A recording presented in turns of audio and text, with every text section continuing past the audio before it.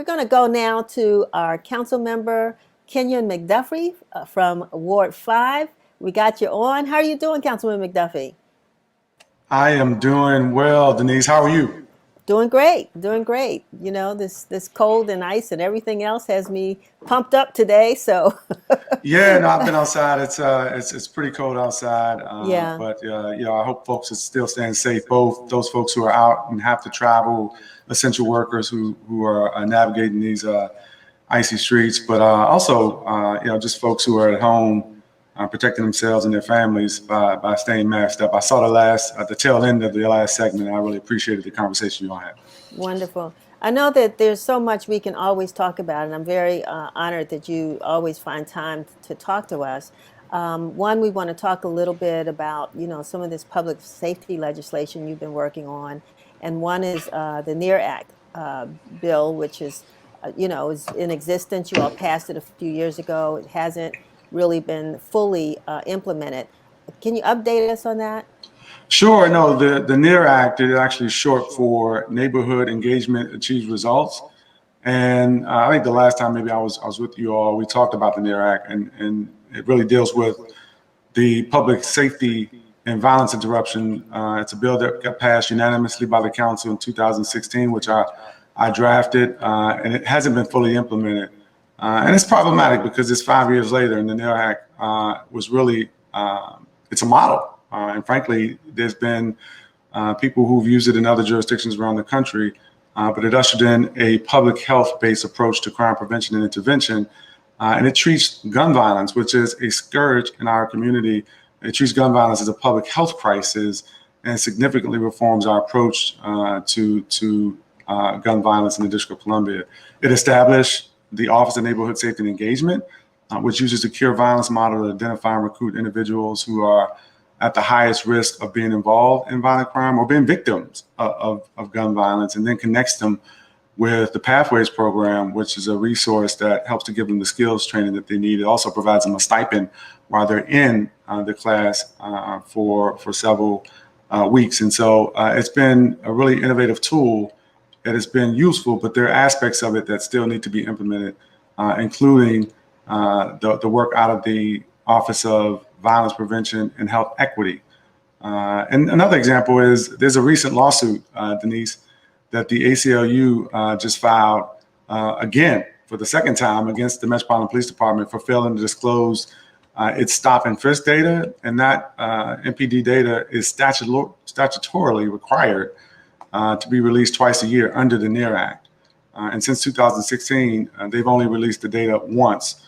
And that only captured a 6-month period as opposed to the depth and breadth of the time frame that should be captured by the Metropolitan Police Department and produced proactively without a lawsuit being needed by the ACLU or anybody else for that matter. It's unacceptable.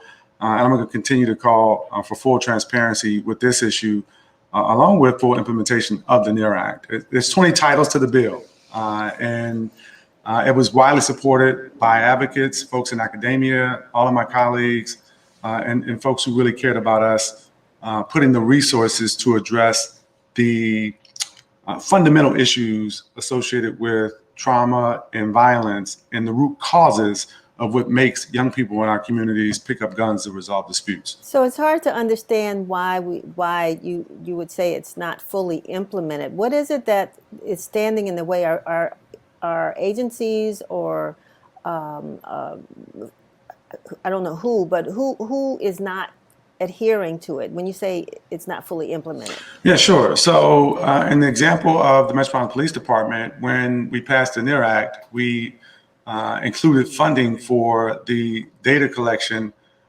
provisions of the NEAR Act. And although we had added funding in the budget, it was not implemented by NPD. And so the ACLU sued the Metropolitan Police Department a couple of years ago, and the court required them to provide disclosure of the data that was required to be collected by law.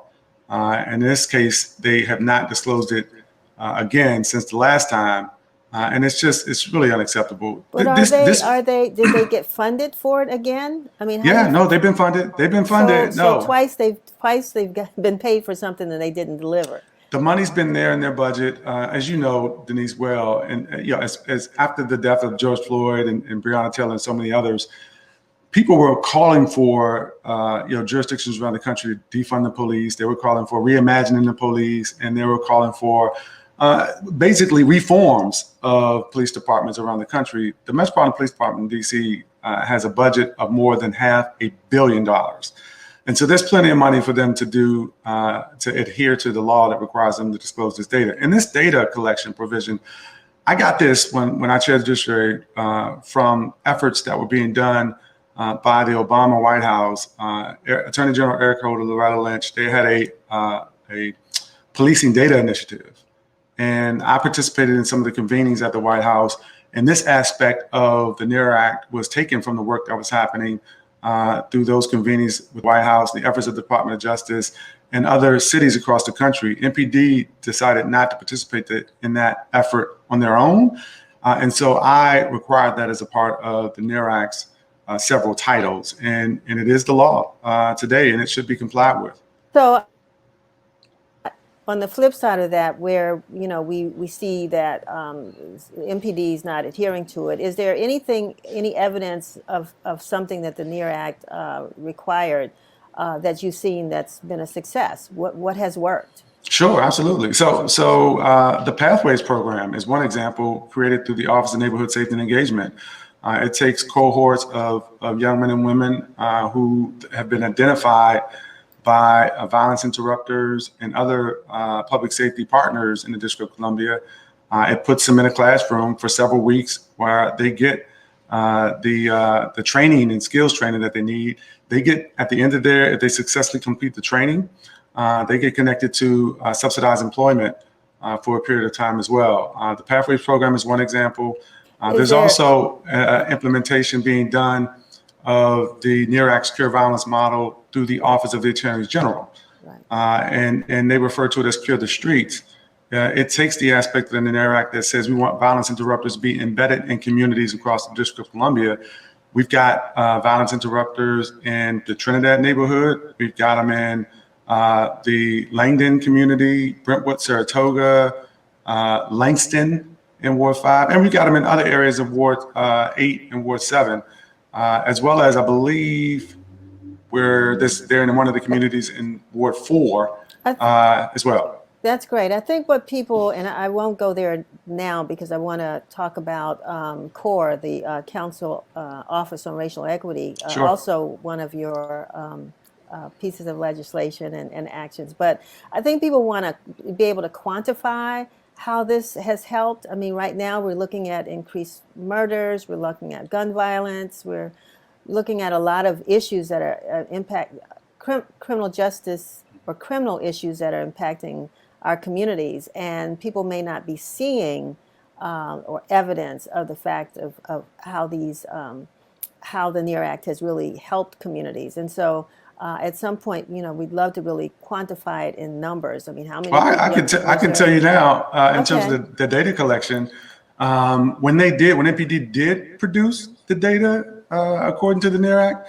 it showed that a disproportionate amount of the arrests, the stops, and the frisks were of Black residents across the District of Columbia, right? And people would probably ask, why do we pay MPD for something that we already knew? Well, you know it anecdotally, right? I mean, you know it anecdotally, but I think it's important for transparency and really trying to build trust across communities for MPD to produce this so that people can confirm and not have to speculate or base it on their own individual experiences.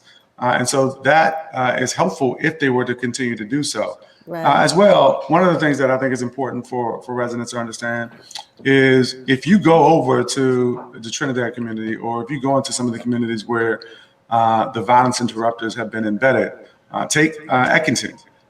There are really solid working relationships that organizations like Murder Free DC and Cure the Streets have established in these communities where they can stop some of the beefs, right? So yeah, I know it's hard for communities who have to see and hear the gunfire, have to see the yellow tape to think that there's progress if you hear gunshots, but to know that some of this stuff is happening behind the scenes when they are able to go into these communities, really wrap their arms around these young men and women and have them put their guns down. I will say this, the investment is not nearly as much as it needs to be for this to really be effective the way that it should. Because if you're only putting the resources in one of the communities and there are two communities beefing, then you can't go into a community and expect that they're going to put their guns down if nobody's helping the other folks in the other community, right? So you've got to make sure that the investments are happening across the board in these neighborhoods so that the model will actually work the way it's supposed to.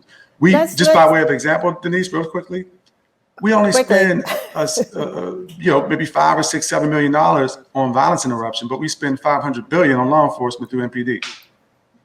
Go figure. And Councilmember, I know you're working on it. You are definitely working on it. So let's talk quickly about the about CORE, the Council Office of Racial Equity. You've been dealing with this issue of racial equity for a long time. Now, it is sort of a legitimate part of our local government. But what does it do? What's it for? Sure. CORE, the Council Office of Racial Equity, is established to advance racial equity across all facets of the District of Columbia.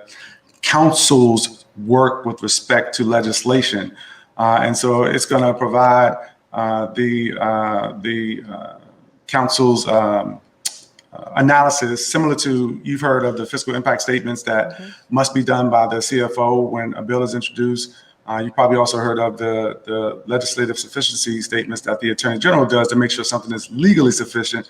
Well, the council is going to have an office that does equity impact assessments for future council legislation, which evaluates the effects of a bill on racial equity to measure whether or not we are closing these stark racial disparities that exist in the District of Columbia across all indicators of success. And so this office, it's a result of the legislation that I drafted with stakeholders in the city called the REACH Act, the Racial Equity Achieved Results Act, that just started implementation last January, well, actually this past January. And so it's a comprehensive bill, Denise, that puts racial equity at the forefront of all that we should be doing in the District of Columbia, how we legislate, how we govern. It creates an Office of Racial Equity within the mayor's office too, on the executive side. The mayor's announced that she's put out the position for the chief equity officer so that they could look at the performance across agencies to see how the agencies their work is either helping to close the disparities that we see, things like the racial wealth gap, or actually exacerbating existing disparities that we know are a result of. Go ahead. Yeah, we got 1 minute left. Okay. I just wanted to ask, because our next guest is actually Al Swales, who you may know, who's been working on legislation dealing or trying to get a disparity study, sure. As it relates to Black-owned businesses. I mean, how will CORE, we talked about anecdotes earlier. How can people actually, let's talk about that particular situation with Black-owned businesses. Where would that information go? Would they contact CORE? Would CORE? I mean, is there legislation talking about? If there's a bill, then the Council's Office of Racial Equity comes into play.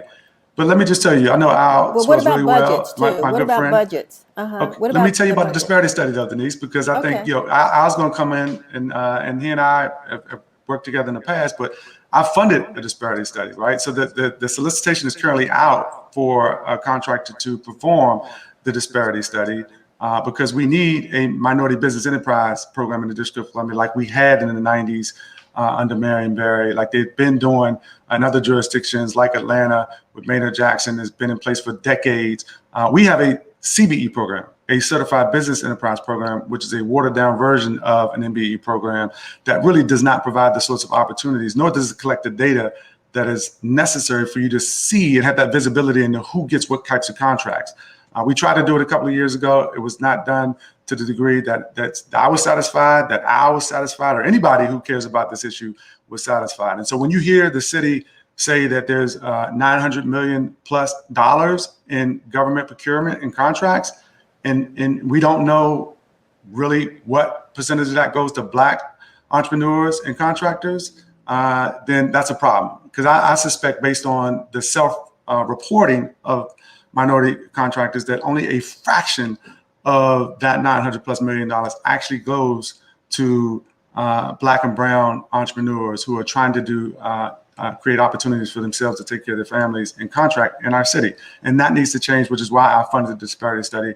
And I can't wait till they select a contractor and we get it done so we can go back to having a minority business enterprise that creates more opportunities for minority and women-owned entrepreneurs. Well, I mean, I can't, celebrate you more for the things that you're doing, at least to deal with issues of equity and criminal justice and police reform in our community. So I want to thank you for that, and always being available to share this information with our viewers, and to keep up the good work. It does sound like, enforcement is a big problem when it comes to, government agencies, and I don't know where the muscle comes from with regards to the council or the mayor. But if you all have some regulations enforced and people don't abide by them, then, I mean, what's the point?